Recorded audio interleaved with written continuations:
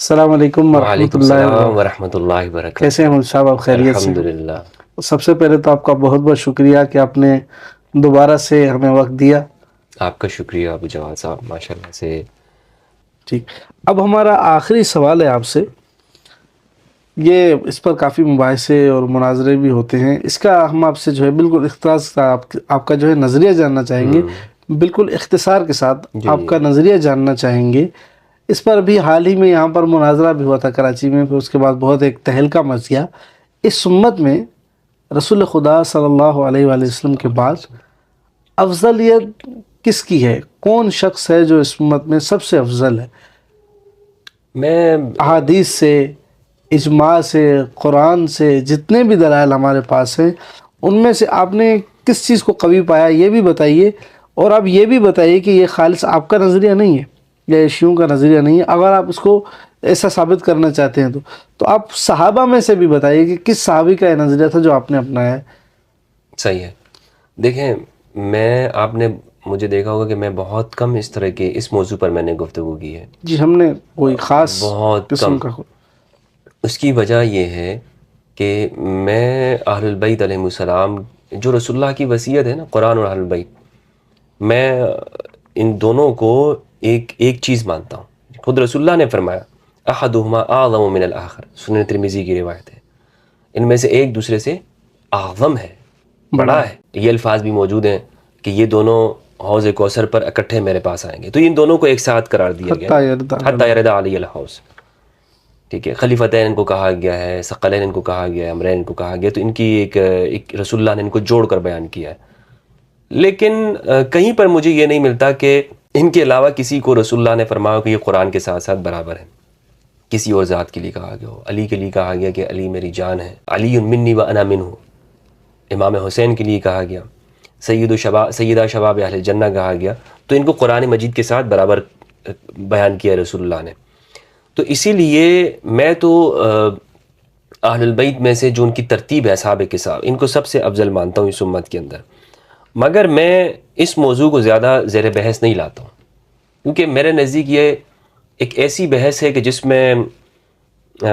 جس سے پہلے لوگوں کو یہ بات سمجھانا ضروری ہے کہ وہ اہل البیت کو جان لیں۔ جب ایک بندہ اہل البیت کو جان لیتا ہے نا تو وہ کبھی ان بحثوں میں نہیں پڑے گا، اس سے پتہ چل جائے گا کہ نہیں یار میں کیا بات کر رہا ہوں۔ مجھے پتہ ہے کہ ایک جانب امام علی علیہ السلام ہیں جنہوں نے دین کو جمع کیا، جنہوں نے قرآن کو جمع کیا، جنہوں نے رسول اللہ کے بعد ان کے دین کی وراثت کو سنبھالا۔ صحابہ نے کبھی نہیں کہا کہ ہم علی کی جگہ پر ہیں، حضرت ابوبکر نے کبھی نہیں کہا کہ علی میں آپ کی جگہ پر ہوں، بلکہ یہ جو صلح امام علی ہے، میں تو اس کو یہ سمجھتا ہوں کہ حضرت ابوبکر اجازت لینے کے لیے آئے تھے، علی آپ کی اجازت ہے کہ میں اپنی خلافت کا سٹارٹ کر لوں۔ یہ تو اس طرح میں دیکھتا ہوں علی کو، جو رسول اللہ کے ساتھ ان کو نسبت ہے۔ خدا کی قسم اگر علی بن ابی طالب اپنی زندگی کے اندر سقیفہ کے بعد وہ چاہتے تو تہس نہس کر دیتے سب کچھ، یعنی وہ چاہتے تو کوئی ان کا مقابل نہیں ہو سکتا تھا، لیکن امت کی مصلحت کے لیے انہوں نے، اور یعنی ان کی عظمت، شرافت، ان کی نجابت کے اندر کوئی ان کو یہ کسی کا دعویٰ نہیں ہے کہ ہم علی کے برابر ہیں۔ حضرت ابوبکر رضی اللہ عنہ کا نہیں ہے، وہ تو بلکہ حضرت عمر کا۔ حضرت عمر کو ایک مرتبہ امام حسین علیہ السلام نے کہا کہ آپ میرے ابا کے ممبر سے اتر جائیے، اور یہ ذہبی رحمہ اللہ نے اس کو نقل کیا ہے، اور ارناؤت نے اس کو صحیح کہا ہے، یہ صحیح روایت ہے۔ مسند احمد کے اندر بھی غالباً یہ روایت موجود ہے۔ وہ تو احتراماً، یعنی جی احتراماً ہی میں کہہ رہا ہوں، یعنی اتنے امام حسین کا یہ مقام و مرتبہ ہے، ان کا آپس میں جو تعلق ہے اس میں آپ یہ دیکھیں کہ کہا کہ آپ میرے والد کے اس سے اتر جائیں، تو کہا کہ بلکہ آپ اپنے ابا کے ممبر پہ جائیں، تو حضرت عمر نے کہا کہ ہمارے ابا کا ممبر کہاں پر ہے، ہمارے ابا کا تو کوئی ممبر نہیں ہے، اور یہ تو آپ کے صدقے سے ہمیں ملا ہے، جو یہ ممبر ہے نا یہ آپ لوگوں کے صدقے سے ہمیں ملا۔ یہ ممبر کے الفاظ ہیں، یعنی کہ آپ کے امام صدقے جی امام حسین سے کہا گیا حضرت عمر رضی اللہ عنہ نے، یہ آپ لوگوں کے صدقے سے ہمیں ملا۔ تو اندازہ لگائیں کہ ان کا جو روب ہے، ان کی جلالت ہے اہل البیت کی اپنے زمانے میں، اپنے وقت کے اندر، وہ کس درجے کی ہے۔ تو فضیلت میں جو باتیں کرنا، میں سمجھتا ہوں ایک سیاسی طور پر اس کو گڑھا گیا ہے، یہ بات کے سیاسی ادوار کی پیدا ہے، کیونکہ اچھا یہ آپ یہ دیکھیں نا کہ اس میں ہمارے اہل سنت میں ایک کہتے ہیں کہ پہلے پہلے حضرت ابوبکر، پھر حضرت عمر، پھر عثمان، پھر علی. ترتیب خلافت، ترتیب امام افضلیت. حسن 5ویں نمبر پہ نہیں ہے؟ معاویہ بن ابی سفیان 6ٹھے نمبر پر نہیں ہے؟ وہ کہاں ہو گئے؟ 6ٹھے نمبر پر اس امت میں سب سے افضل انسان معاویہ بن ابی سفیان ہونے چاہیے. ان کے بارے میں تو اہل سنت کہتے ہیں کہ لا یصح فی فضل معاویہ شیء. عبدالرزاق سنانی نے کہا، ابن حجر اسقلانی نے فتح الباری میں اس کو ذکر کیا ہے جہاں پر باب مناقب میں آیا ہے. کیا فرمایا کہ عبدالرزاق سنانی کہا کرتے تھے کہ ان کے فضائل میں کوئی صحیح روایت موجود نہیں ہے. تو آپ یہ جہاں تک افضلیت کی بات ہے، دیکھیں افضلیت ایک بحث کی جاتی ہے کہ کون افضل ہے کون نہیں ہے. بعض لوگ کہتے ہیں کہ تقویٰ ہے، ان اکرمکم عند اللہ اتقاکم، حالانکہ یہ تقویٰ سب انسانوں کو کہا گیا، اس میں کوئی مذہب کی بھی بات نہیں. یا ایھا الناس انا خلقناکم من ذکر و انثی وجعلناکم شعوبا وقبائل لتعارفوا ان اکرمکم عند اللہ اتقاکم. اس میں یہ نہیں ہے یا ایھا الذین آمنوا، اس میں یا ایھا الناس، اے لوگو ہم نے تمہیں قبیلوں میں تقسیم کر دیا، تم میں معزز، یعنی انسانیت کی بات ہو رہی ہے، ایمان کی بات ہی نہیں ہو رہی یہاں پر. تو اس مثال کو ہمارے ہاں بریلوی طبقہ کہاں لے جاتا ہے، وہاں پہ پیش کر دیتا ہے. تو افضلیت میرے نزدیک اصحاب قصہ، وہ اصحاب قصہ جن کے بارے میں رسول اللہ نے فرمایا کہ یہ اللہم اذھب عنہم الرجس وطہرہم تطہیرا، پروردگار یہ وہ لوگ ہیں کہ جن کو تو پاک و پاکیزہ کر دے.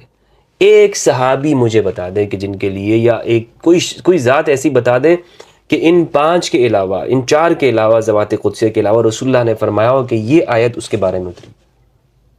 کوئی بھی ان کے علاوہ نہیں ہے. تو ہم یہ امت کو اہل البیت سے دور کرنے کے لیے خواہ مخواہ کی علمی موشگافیوں کے اندر لوگوں کو نا کچھ علمی چسکے بھی لگانے ہوتے ہیں، علمی چسکے بھی چاہیے ہوتے ہیں. اور چسکے کے لیے بھی تھوڑی اپنی ذہنی ایکسرسائز بھی کرتے ہیں.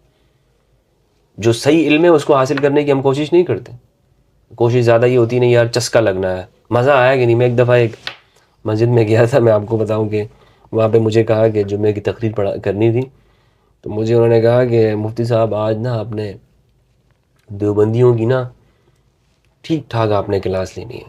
تو میں نے جب تقریر کی اس کے بعد مجھے وہ کہہ رہے ہیں کہ میں نے اس میں قرآن مجید پڑھا اور لوگوں کو بتایا، دین کے مسائل بتائے.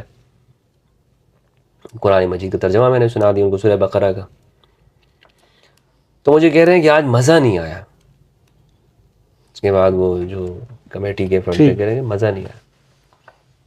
اچھا، یعنی آپ نے کوئی اختلافی بات نہیں کی، جوڑنے کی بات کی تو ان کو مزہ نہیں آیا. تو یہ مزے لیتے ہیں مولویوں سے. مسجد میں جو سامنے بیٹھے ہوتے ہیں نا پہلی صف کے اندر، یہ مزہ لینے والے ہوتے ہیں. صحیح. ان کو کہیں اور سے مزہ آئے نہ آئے، یہ یہاں سے مولوی سے آ کے مزہ لینے کی ٹرائی مارتے ہیں. اور مولوی اگر ان کو نہ دلائے، وہ اشرف علی تھانوی صاحب نے بڑی اچھی ایک بات لکھی ہے. وہ کہتے ہیں کہ حضرت مجھے نماز میں مزہ نہیں آتا. کہا کہ بدبخت انسان، نماز میں مزے کا کیا تعلق ہے؟ نماز میں خشوع خضوع ہونا چاہیے. یہ مزہ کیا چیز ہوتا ہے؟ تو بہرحال یہ ٹیسٹ زبان کے چٹخارے ہوتے ہیں نا، ایسے دماغ کے چٹخارے. یعنی افضلیت پر بحث ایک ٹیسٹ ہے، چٹخارا ہے. چٹخارا ہے، ان کے چٹخارے بنائے ہوئے انہوں نے. جناب یہ کون افضل ہے کون؟ رسول اللہ نے فیصلہ کر دیا ہے. قرآن کے غدیر خم کے اندر فیصلہ ہو گیا ہے بھائی، غدیر خم میں فیصلہ کیا. انشاءاللہ یہ تو ہم اگلی نشست میں آپ سے لفظ مولا پر تفصیل سے بحث کریں گے کہ لفظ مولا سے جو مراد آپ لیتے ہیں یہ غدیر صحابہ خم میں رسول اللہ نے فیصلہ کیا. جی یہ تو انشاءاللہ ہم اگلی نشست میں آپ سے لیں گے. تو ناظرین ہم آپ سے اجازت چاہتے ہیں، اور مجھ صاحب سے بھی ان کا بہت بہت شکریہ کہ انہوں نے وقت دیا ہمیں. کچھ سوالات رہتے ہیں انشاءاللہ، ابھی وقت زیادہ ہو گیا ہے، اگلی نشست میں یا جو آپ کمنٹ سیکشن میں بھی لکھیں گے تو ہم ضرور مجھ صاحب سے سوالات کریں گے. بہت شکریہ. السلام علیکم ورحمۃ اللہ وبرکاتہ.